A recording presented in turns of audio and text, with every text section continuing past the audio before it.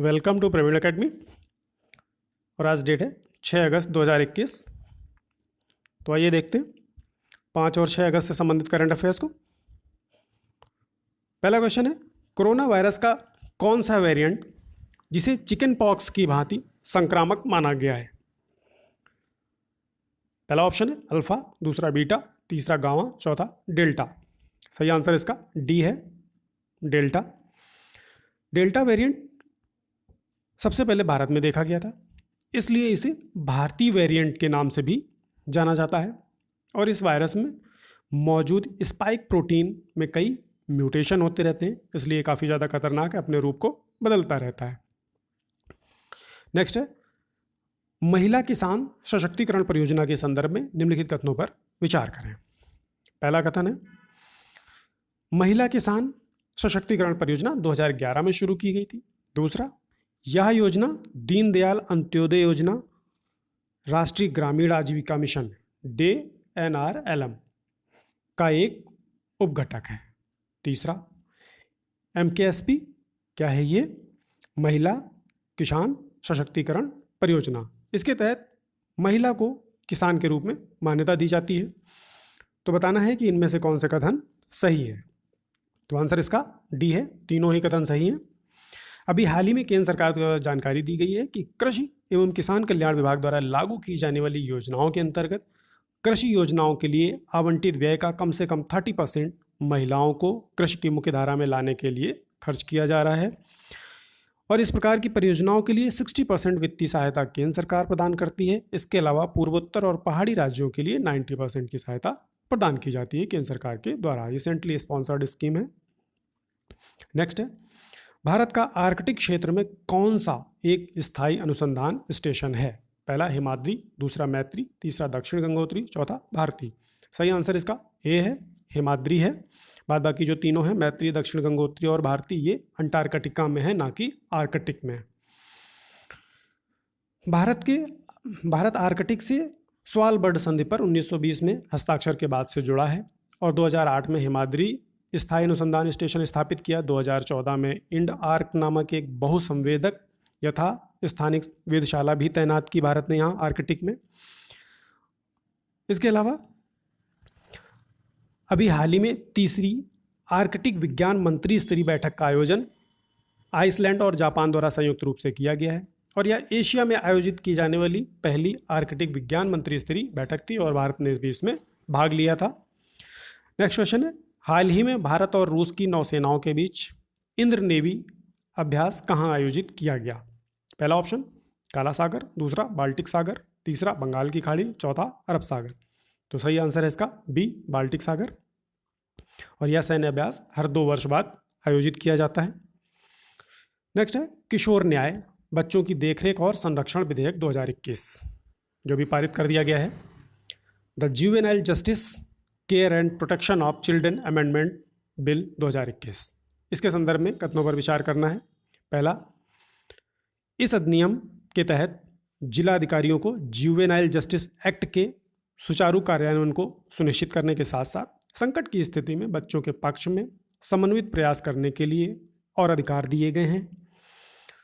तो जिला अधिकारियों को और सशक्त बनाया गया है। इसके अलावा अतिरिक्त जिला मजिस्ट्रेट ADM सहित जिला मजिस्ट्रेट बाल कल्याण समितियों, बाल देखभाल संस्थानों, किशोर न्याय बोर्ड आदि के कामकाज का मूल्यांकन करेंगे। तीसरा, जिलाधिकारी से बाल कल्याण समिति के सदस्यों की संभावित आपराधिक पृष्ठभूमि की भी जांच करने को कहा गया है। तो बताना है कि इनमें से कौन से कथन सही हैं। आंसर डी है, तीनों ही कथन सही हैं। तो जो जुवेनाइल जस्टिस एक्ट 2015 था, उसमें संशोधन करके यह एक्ट लाया गया है। और ये एक्ट कब लाया गया था? निर्भया केस के बाद में जुवेनाइल जस्टिस एक्ट 2015 लाया गया था।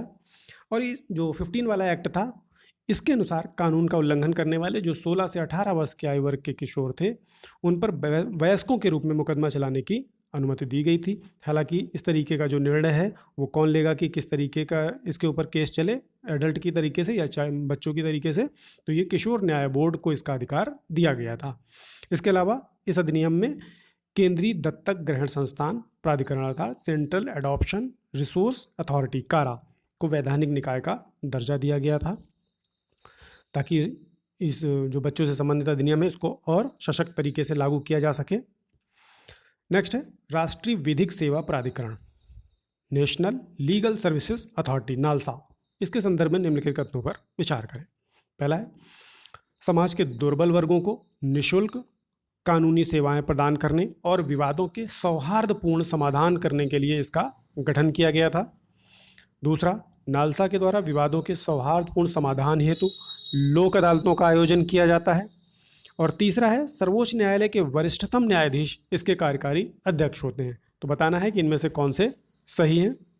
आंसर इसका डी है, तीनों ही कथन सही हैं। और नालसा के जो प्रधान संरक्षक होते हैं वो भारत के मुख्य न्यायाधीश होते हैं।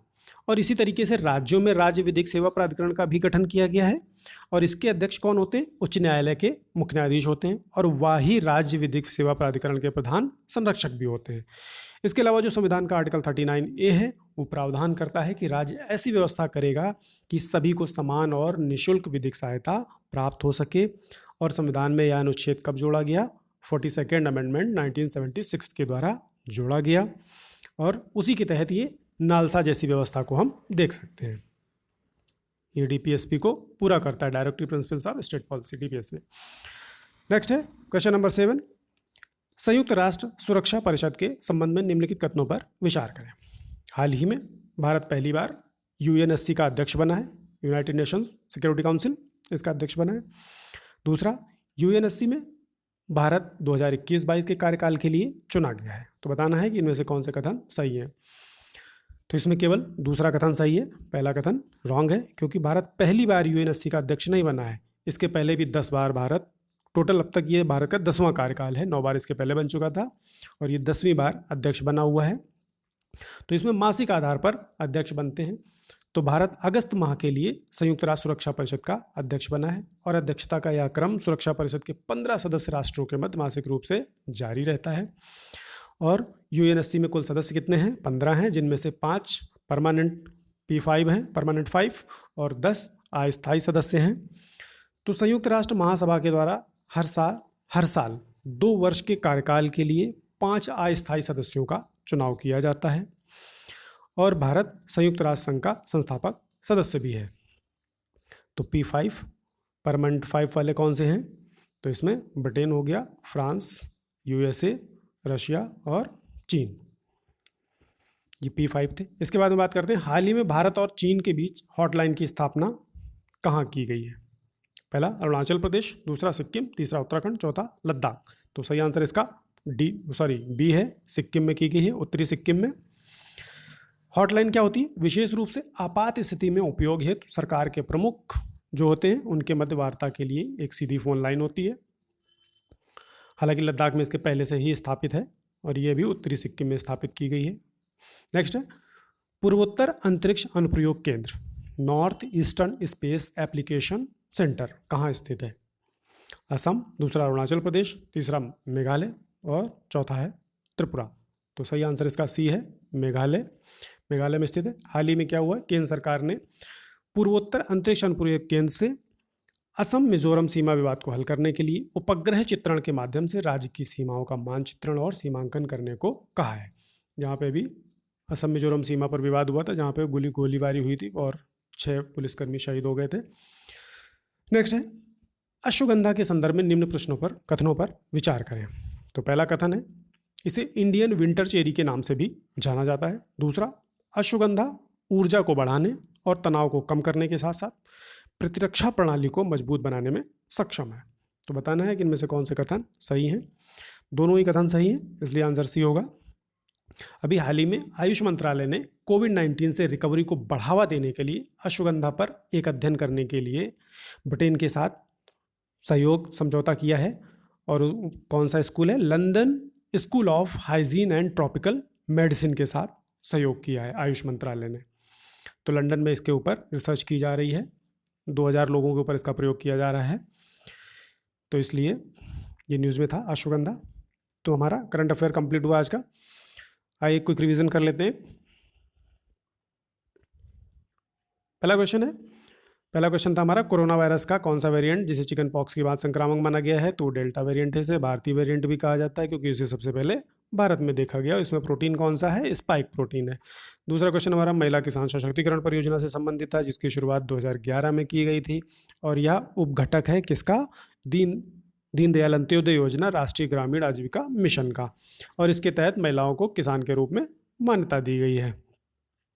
तो जो भी योजनाएं अभी इसके द्वारा सरकार के द्वारा लागू की जा रही हैं, सरकार ने जानकारी दी कि 30% महिलाओं के लिए मुख्य धारा में लाने के लिए उन पर खर्च किया जा रहा है, आवंटन 30% महिलाओं के लिए। नेक्स्ट है हमारा, भारत का आर्कटिक क्षेत्र में कौन सा एक स्थायी अनुसंधान स्टेशन है? तो वो हिमाद्री है। बाद बाकी और ये तीनों जो नीचे के हैं, ये तीनों ही अंटार्कटिका के हैं। तो 1920 में भारत स्वालबर्ड संधि पर हस्ताक्षर के साथ इससे जुड़ा था और 2008 में भारत ने हिमाद्री स्थापित किया था। 2014 में इंडार्क स्थापित किया था। तो हिमाद्री और इंडार्क ये दोनों कहाँ पे हो गए? आर्कटिक में हो गए। इसके अलावा अभी आइसलैंड और जापान ने संयुक्त रूप से मंत्री स्तरीय जो बैठक हुई थी आर्कटिक विज्ञान की, तो उस संयुक्त रूप से इसका बैठक में आयोजन किया और भारत ने भी इसमें भाग लिया है। नेक्स्ट क्वेश्चन था हमारा, भारत और रूस की नौसेनाओं के बीच जो इंद्र नेवी अभ्यास हुआ वो कहाँ हुआ है? बाल्टिक सागर में हुआ है। और ये कहाँ पे है? यूरोप में है बाल्टिक सागर। इसके अलावा ये सैन्य अभ्यास हर 2 वर्ष बाद आयोजित किया जाता है। नेक्स्ट था हमारा किशोर न्याय अधिनियम, जो जुवेनाइल जस्टिस एक्ट आया है इस समय 2021, ये विधेयक पास हो चुका है लोकसभा में। तो इसके तहत जिलाधिकारियों को और एक्स्ट्रा पावर दिया गया है ताकि वो जो है बच्चों के पक्ष में और संकट की स्थिति में चीज़ों को लागू कर सकें, इस एक्ट के कार्यान्वयन को और अच्छे से सुनिश्चित कर सकें।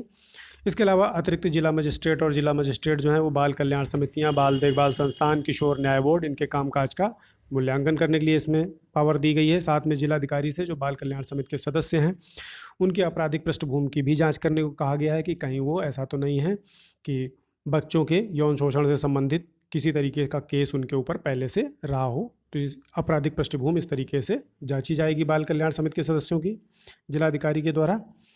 इसके अलावा जुवेनाइल जस्टिस एक्ट जो 2015 में आया था उसमें संशोधन करके इसको लाया गया है 2021 के अधिनियम को।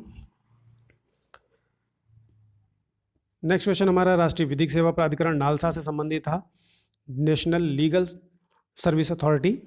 तो ये समाज के जो दुर्बल वर्ग हैं उनको निःशुल्क और कानूनी सेवाएं प्रदान करने के लिए और उनके विवादों को सौहार्दपूर्ण तरीके से समाधान के लिए गठित किया गया था और इसके लिए ये लोक अदालतों का आयोजन करता है और जो सर्वोच्च न्यायालय के वरिष्ठतम न्यायाधीश होते हैं वो इसके कार्यकारी अध्यक्ष होते हैं। इसके अलावा जो इसके संरक्षक होते हैं वो भारत के मुख्य न्यायाधीश होते हैं।